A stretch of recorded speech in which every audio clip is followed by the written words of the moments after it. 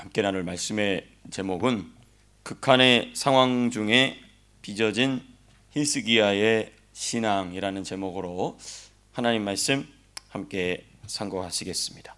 극한의 상황이다. 극한의 상황. 어려운 상황이겠죠. 당연히 어렵고 힘들고 괴롭고 그렇죠. 그런 상황 중에 신앙이 빚어졌다. 신앙이 만들어졌다는 것입니다. 역설적입니다. 우리는 환경이 좋고 또 여러 가지가 행복하고 넉넉하고 만족 있고 그런 데서 신앙이 생기지 않을까? 예, 맞습니다. 그런 경우도 있죠. 있습니다. 그런데 성경을 보게 되면 또 상당수의 경우는 극한의 상황 중에 우리 어제 레위기 말씀 마지막 보지 않았습니까? 그 극한의 포로 생활, 노예 생활하는 중에 자신들의 뭘 깨닫는다고요? 죄를 깨닫고 자신들의 조상들의 죄를 깨닫는다고 하지 않습니까? 그 극한의 상황 가운데 빚어지는 신앙이란 무엇인가? 그리고 그 신앙의 주인공이었던 히스기야는 누구인가에 대한 말씀 한 구절씩 같이 함께 상고하시겠습니다.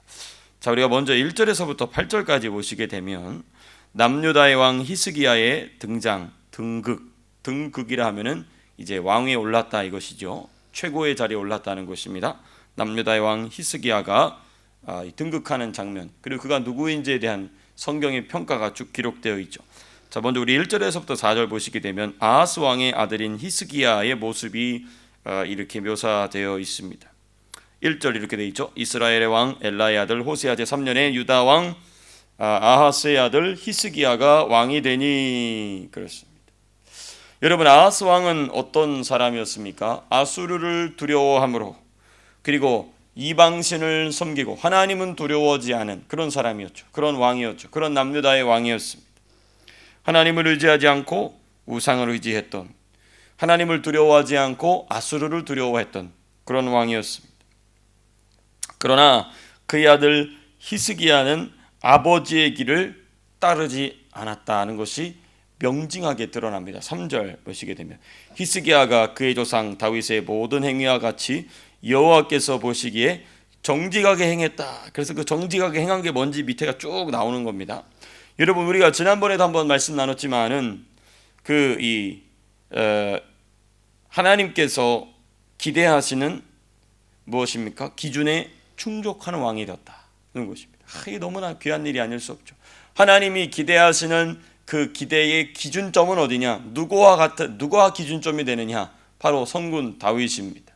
다윗, 이스라엘의 통일왕국 2대왕 다윗. 그렇습니다.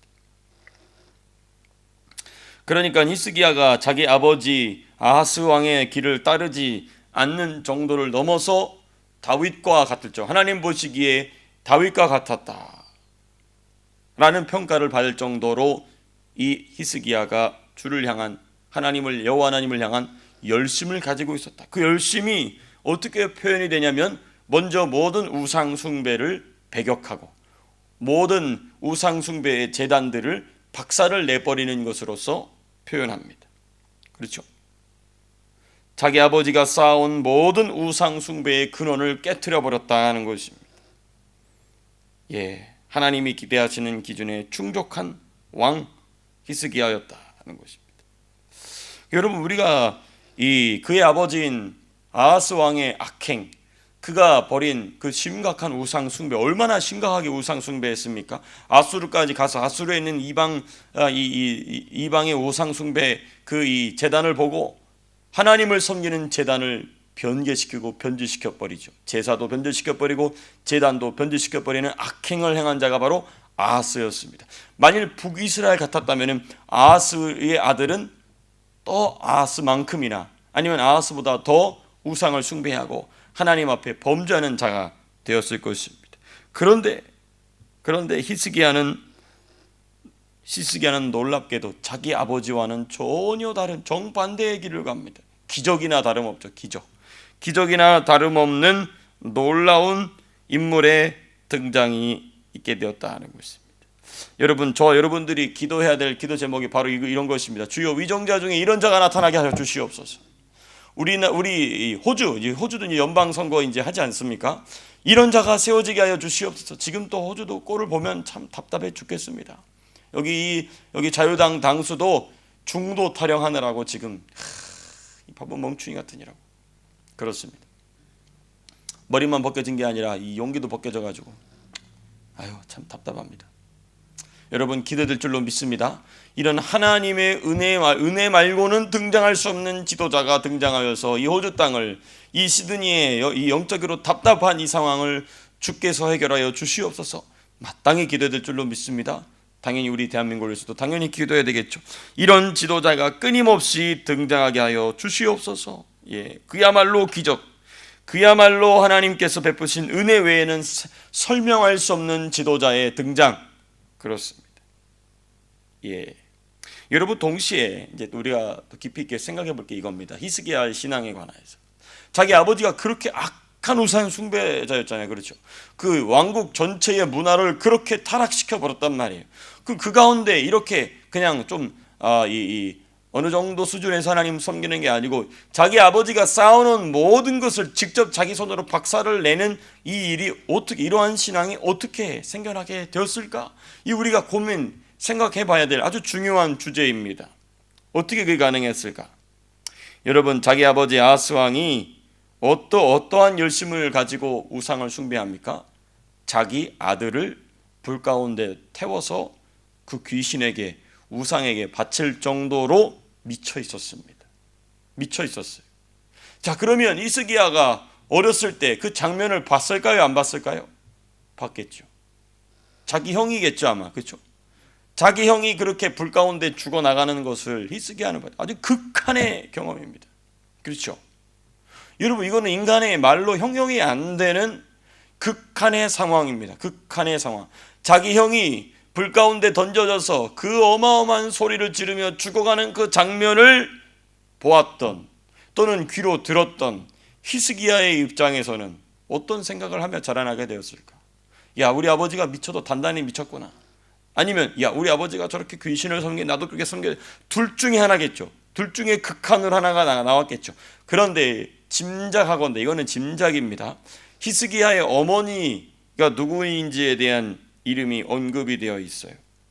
그의 어머니 이름은 아비요, 스가리아의 딸이더라. 왜 어머니 이름이 언급되어 있을까요?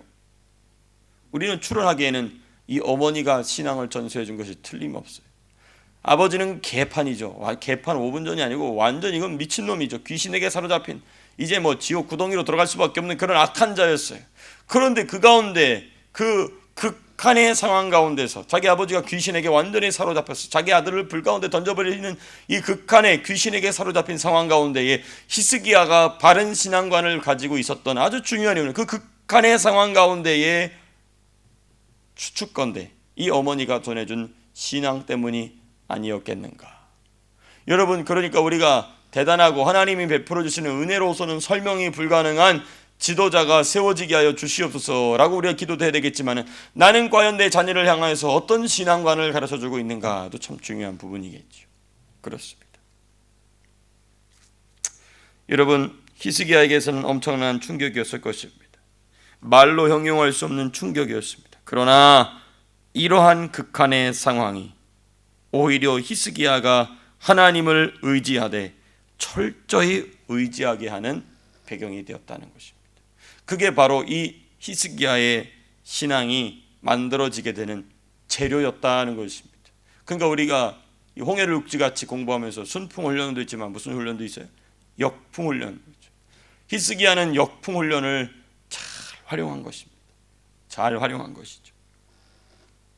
그 실천이 4절 이후에 쭉 기록된 우상 타파의 모습인 것입니다. 자, 그리고 이제 우리가 히스기야에 대한 말씀에서 좀 더 살펴볼 게 뭐죠? 5절에서 8절까지 보시게 되면, 우리가 지금 1절에서 4절까지 봤죠. 자, 그다음에 이제 5절에서부터 8절 보시게 되면 하나님을 의지하는 히스기야 왕에 대한 언급이 있습니다. 5절 우리 같이 함께 읽겠습니다. 시작. 히스기야가 이스라엘 하나님 여호와를 의지하였는데 그의 전후 유다 여러 왕 중에 그러한 자가 없었으니. 그렇습니다. 여호와를 의지하는 자가 되었다.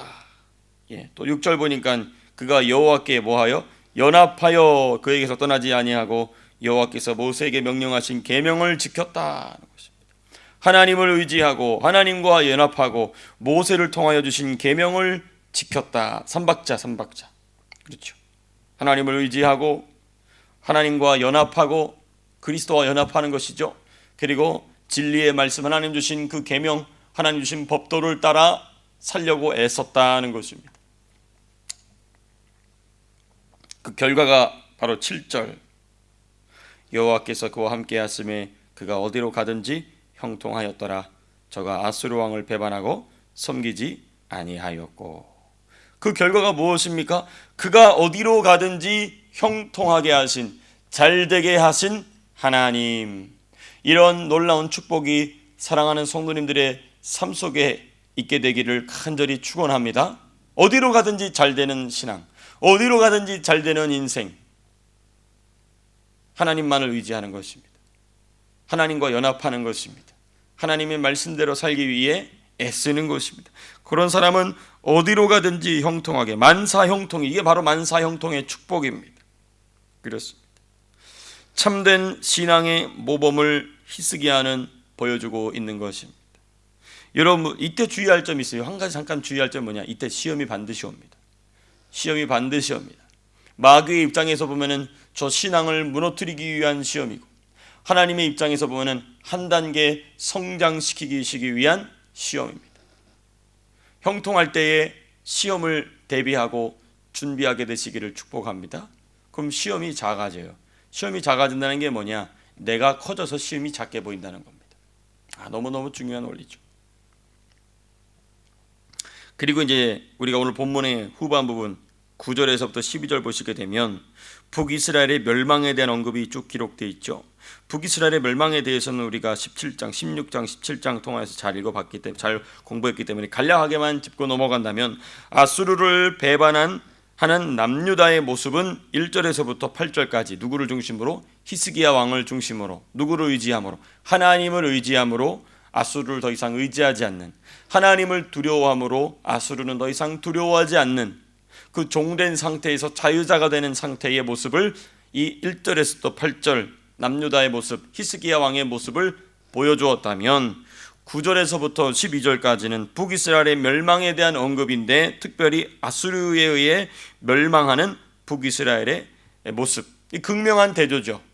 하나님을 의지하는 자들은 아수르 제국에 의해 멸망하지 아니하고, 하나님을 의지하지 아니하는 자들은 아수르에 의해 멸망하는 모습이 기록되어 있다는 것입니다.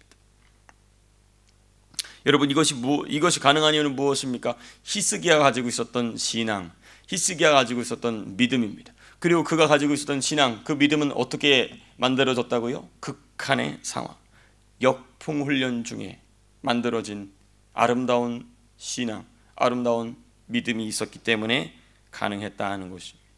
우리가 아마 또 상당한 기간 동안 히스기야가 어떻게 통치했고 어떻게 하나님을 섬겼는지, 또 그가 맞이했던 상황은 무엇이었는지가 자세하게 이제 이 열왕기하 18장 19장 쭉 이어져서 기록되어 있는데요. 이 말씀을 통하여서 저 여러분들의 신앙의 여정이 하나님께서 지금 말씀하신 대로 어디로 가든지 잘되게 하셨다. 하나님이 다윗에게 그렇게 하셨거든요. 그 동일한 축복을 히스기야에게 주셨다면, 이제 이 동일한 축복을 하나님께서 저 여러분들에게도 주실 줄로 믿습니다. 더 중요하게는 우리의 자녀들에게도 이런 어디로 가든지 잘되게 하시는 축복, 형통하게 하시는 은혜, 좋은 사람 만나고 또 하나님께서 주시는 물질의 복을 경험하고 또 성장하고 자라나는 귀한 역사가 우리 사랑하는 성도님들과 성도님들의 자녀들의 삶 가운데 있게 되시기를 주님의 이름으로 축복합니다. 기도하고 마치겠습니다.